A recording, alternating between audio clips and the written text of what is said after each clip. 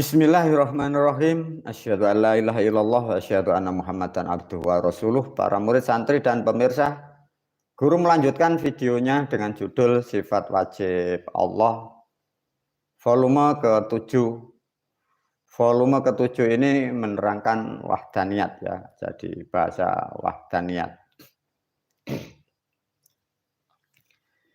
Sebelum diterangkan tentang kata atau pemahaman wahdaniyat untuk mengenal diri manusia melalui metode agama atau ilmu Islam, para pemirsa diajak berpikir dulu ya, agar kembali lagi jangan sampai salah memahami keilmuan.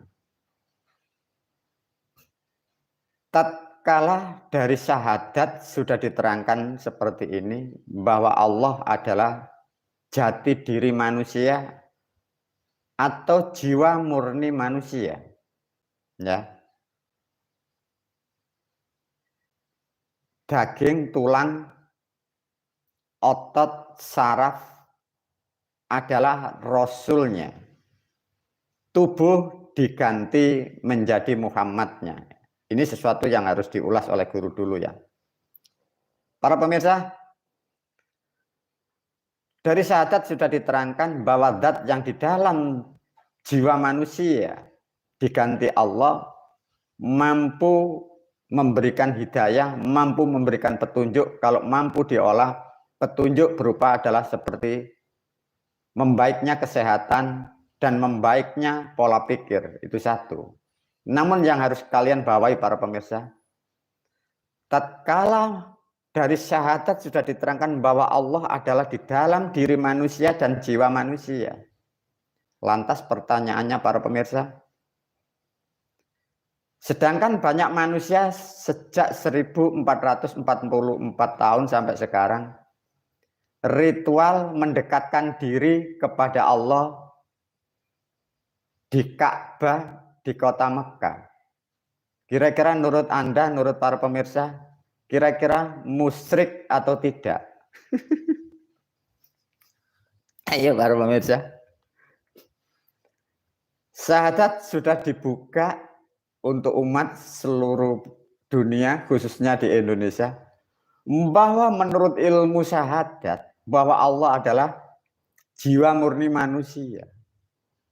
Sedangkan kalimat perintah-perintah di kitab, manusia disuruh mengharap meminta kepada Allah. Sedangkan itu ada di dalam kehidupan kita manusia.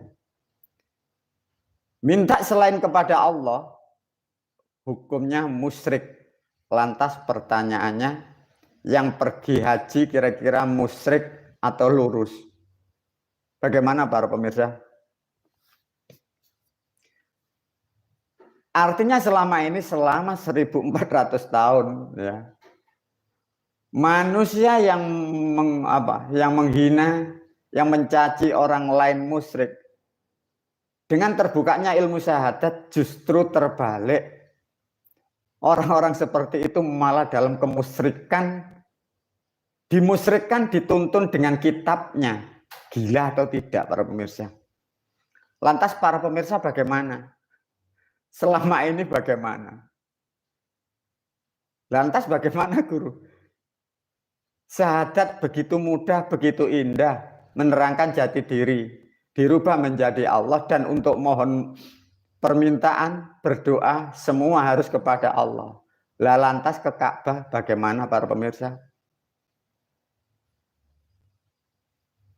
Para pemirsa, kalau sudah tahu seperti itu, artinya yang musyrik siapa, berapa orang?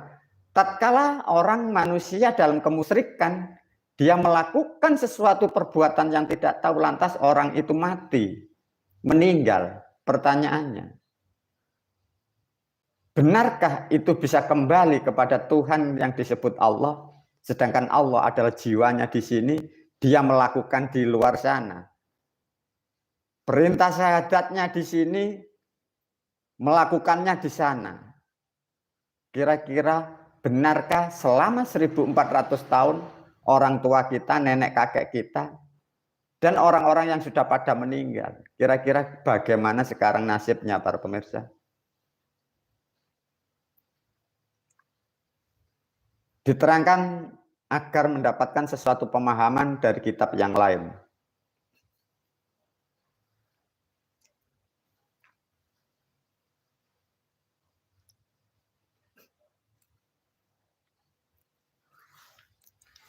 Ini diulas oleh guru ya, lebih detail.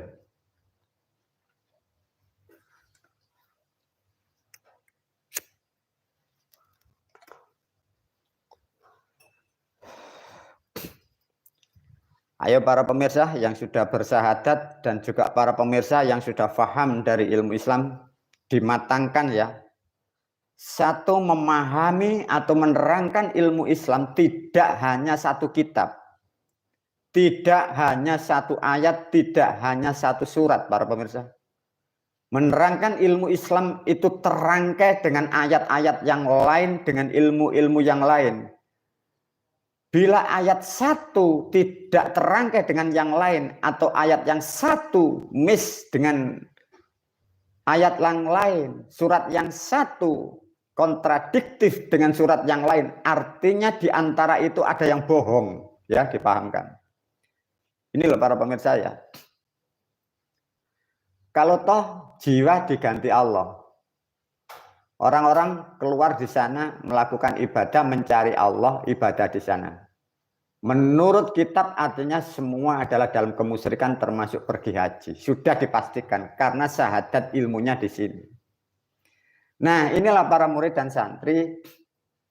Tatkala Allah di sini Rasulnya adalah penghantarnya, dan di sini tubuh inilah yang disebut Muhammad.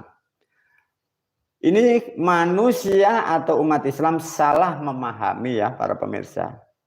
Satu contoh apa guru yang dimaksud?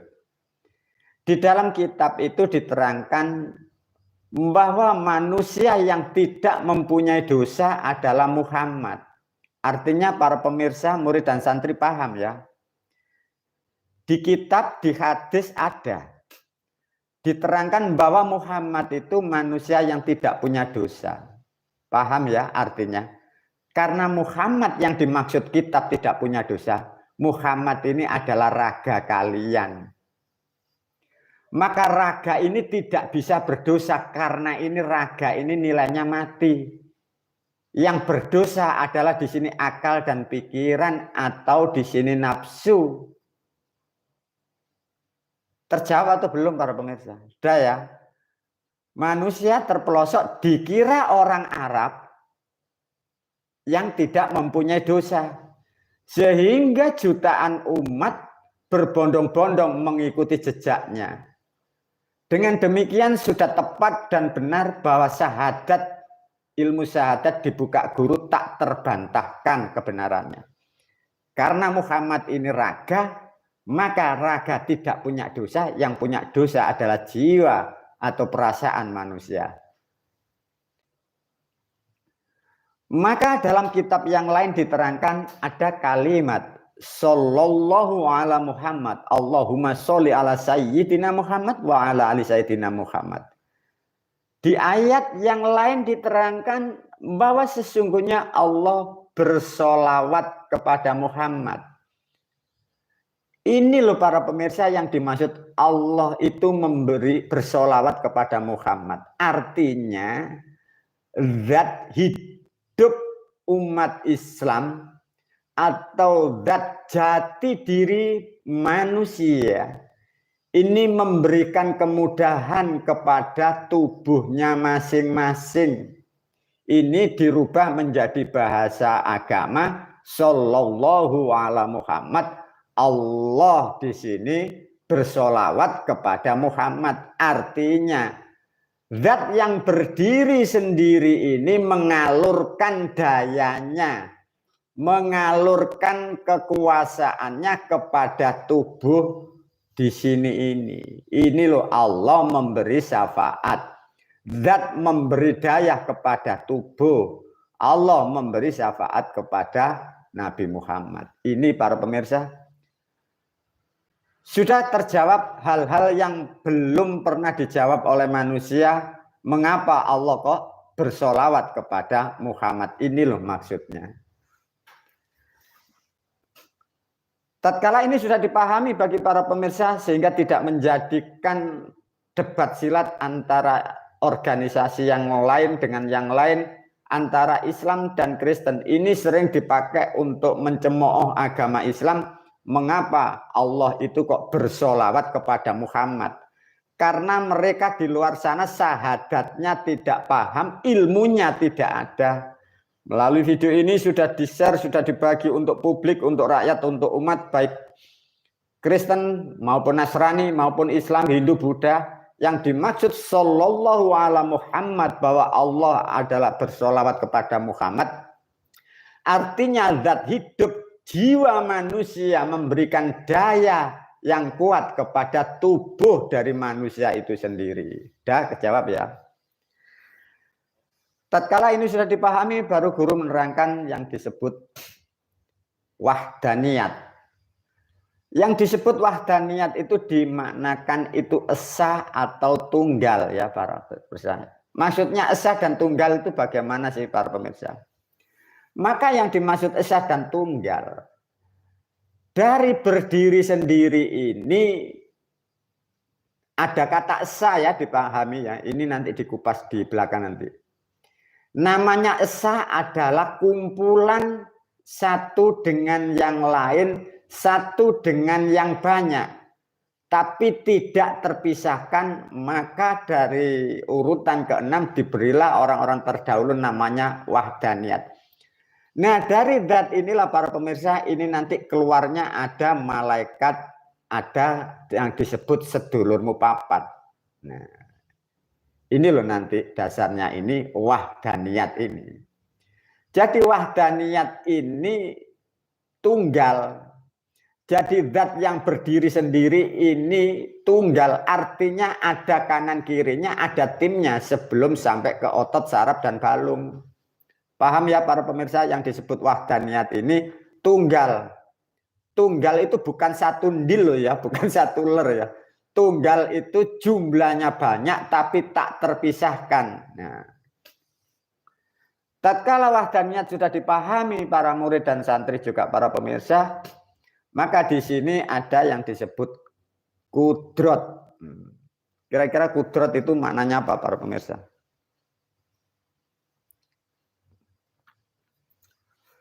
Kudrot dimaknakan apa para pemirsa?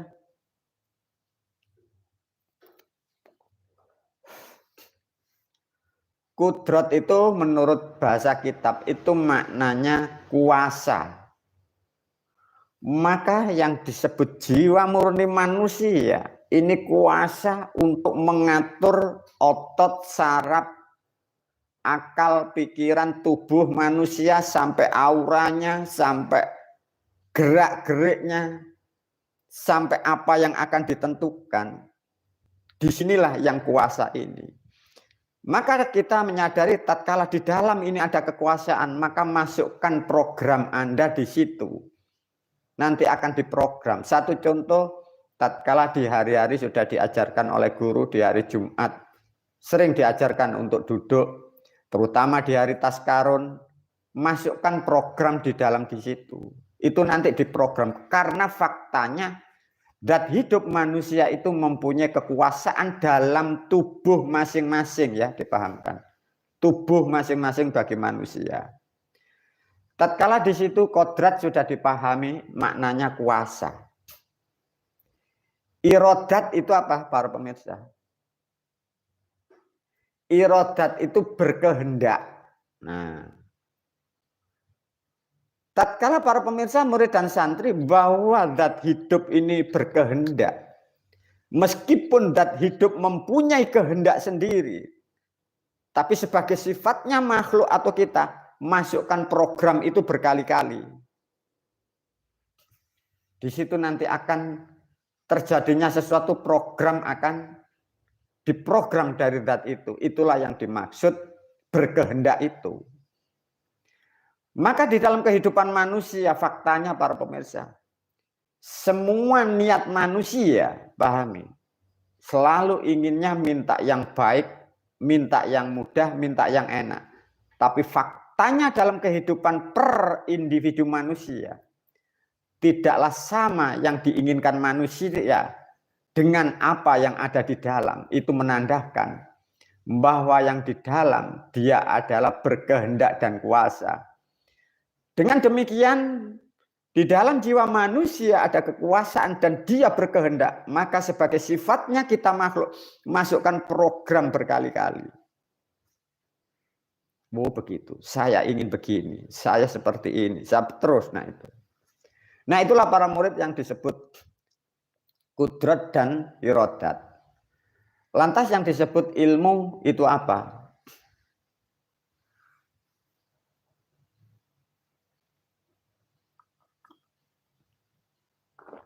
Ayo para pemirsa.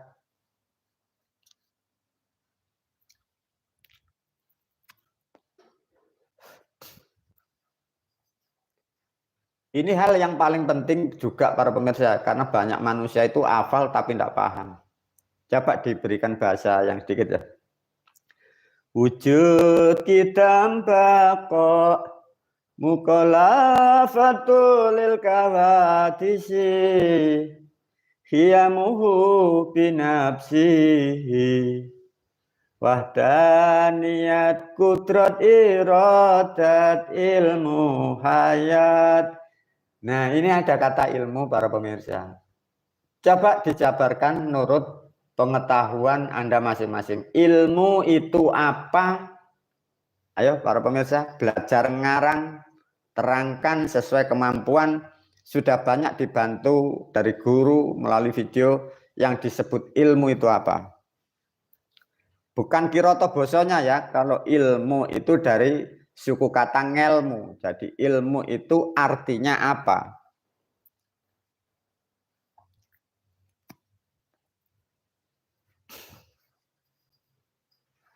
Para murid dan santri, ini di kitab ditulis oleh guru, ilmu itu artinya ngerti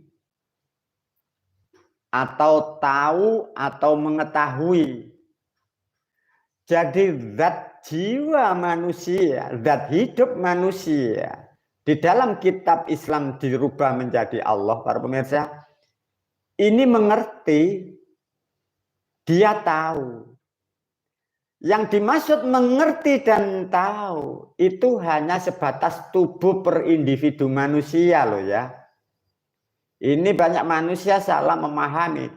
Dikira zat di sini Allah ini mengetahui semesta, mengetahui di luar sana, mengetahui tidak loh ya para pemirsa, dipahamkan ya. Zat hidup, syahadat atau Allah itu menerangkan per individu manusia. Maka di sini ada ilmu maknanya ngerti. Nah, di dalam ngerti inilah ada yang disebut siklus di dalam kehidupan manusia. Bahasa umumnya kalian sistem metabolis tubuh. Tatkala yang kalian makan itu melebihi dari hukum yang ada di dalam tubuh dan akal pikiran manusia, karena ini mengerti, ini akan didaur ulang, ini akan dirusak, ini akan disembuhkan, ini akan dikurangi, ini yang akan diteruskan. Nah, yang dimaksud ngerti ini adalah zat hidup. Jangan berhayal Tuhan mengerti di langit. Buktinya kalau tidak percaya satu contoh, ini zat manusia di dalam jiwa manusia. Ini akal, ini pikiran disebut Rasul sebagai penghantar, tubuh manusia, raga disebutlah Muhammad. Tatkala manusia berhayal bahwa jiwa diganti Allah itu maha tahu, kalau tidak percaya uji. Dengan perkalian satu contoh berapa kali berapa sama dengan berapa. Ini loh tidak ngerti para pemirsa. Tidak akan pernah bisa menjawab. Karena ini ngerti hanya dari sistemnya untuk mengatur akal, pikiran, otot, balung, sumsum tubuh manusia. Nah inilah yang disebut sistem karma pribadi manusia. Mulai hoki, rezeki, nasib di sini ini loh. Maksudnya ngerti ini sistem siklus yang ada per individu. Maka guru berpesan khususnya para pemirsa, jangan berhayal Tuhan di luar sana mengerti hal-hal tidak.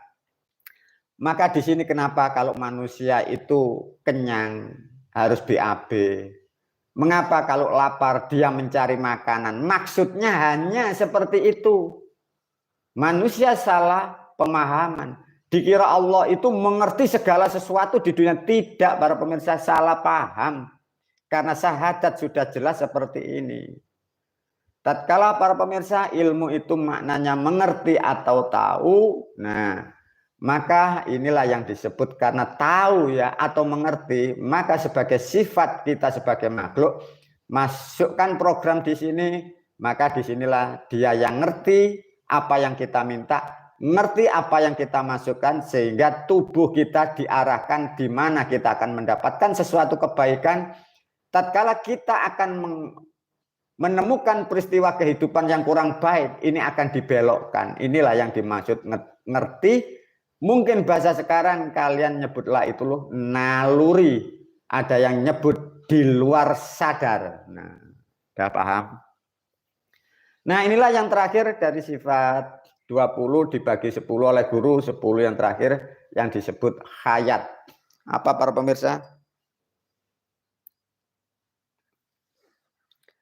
Kembali lagi dari bahasa ya, hayat itu bahasa Jawa kuno ya, bahasa Kawi. Berubah di Quran menjadi hayyum, qayyum. Ya. Hayat. Hayat itu bahasa Jawa artinya gesang atau hidup. Nah. Jadi dari sifat 10 wujud kita bakok mukhol terus sampai 10 ya dipahamkan. Ini menerangkan apa-apa yang ada di dalam jiwa manusia ini. Karena banyaknya keterangan sampai 10, maka faktanya ya memang sifat-sifat ini sudah tepat dan benar. Artinya orang-orang terdahulu membuat keterangan ini untuk menerangkan bagi anak cucunya, bagi orang lain agar mengerti apa yang ada di dalam jiwa manusia yang terdalam ini. Tapi dipahami. Keterangan ini adalah keterangan masa lampau, keterangan zaman masa lalu yang belum begitu canggih, informasi yang sangat sedikit. Mungkin di era sekarang, dunia sudah lebih pandai. Ya, mohon maaf, sedikit trouble.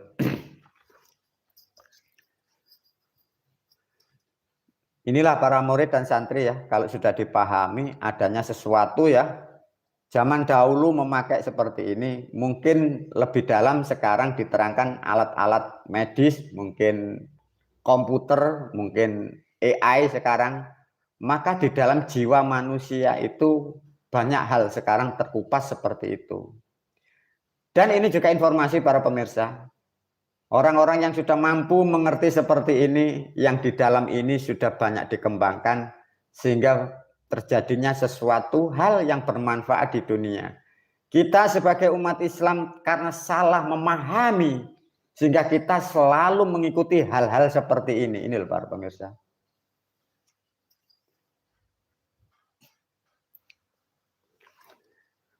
Murid dan santri dan para pemirsa.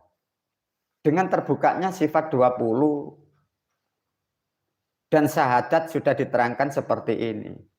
Artinya guru berharap kalau sudah tahu seperti ini, jangan terkungkung sifat-sifat ini atau kitab-kitab seperti ini. Dunia sekarang sudah valid, menerangkan lebih tepat, lebih benar, ya. Tapi tidak boleh kalian tinggal. Mengapa? Para murid dan santri ini khususnya murid dan santri ya, dari sifat 20 itu kalau nanti dibaca, nomor 1 ngerti dulu, nanti dibaca. Itu mampu menghantar jiwa manusia itu kembali ke asalnya, tapi tetap ada sarananya ya, diajarkan para murid dan santri.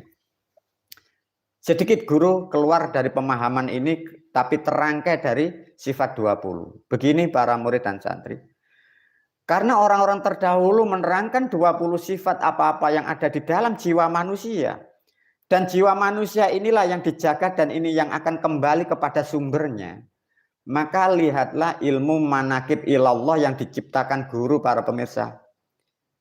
Maka di situ guru mengajarkan bahasa 20 ini harus dibaca. Karena apa?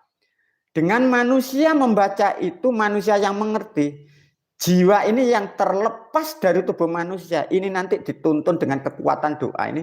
Inilah yang dihantar maksudnya kepada ke surga. Maka manakib ilallah itu kan ada sifat 20 para pemirsa. Semoga minggu-minggu ke depan guru akan membagi tentang ilmu kematian atau doa terhebat sepanjang sejarah untuk menghantar jiwa manusia ke surga. Semoga minggu-minggu ke depan video atau ilmu guru akan diterangkan. Inilah sedikit para pemirsa.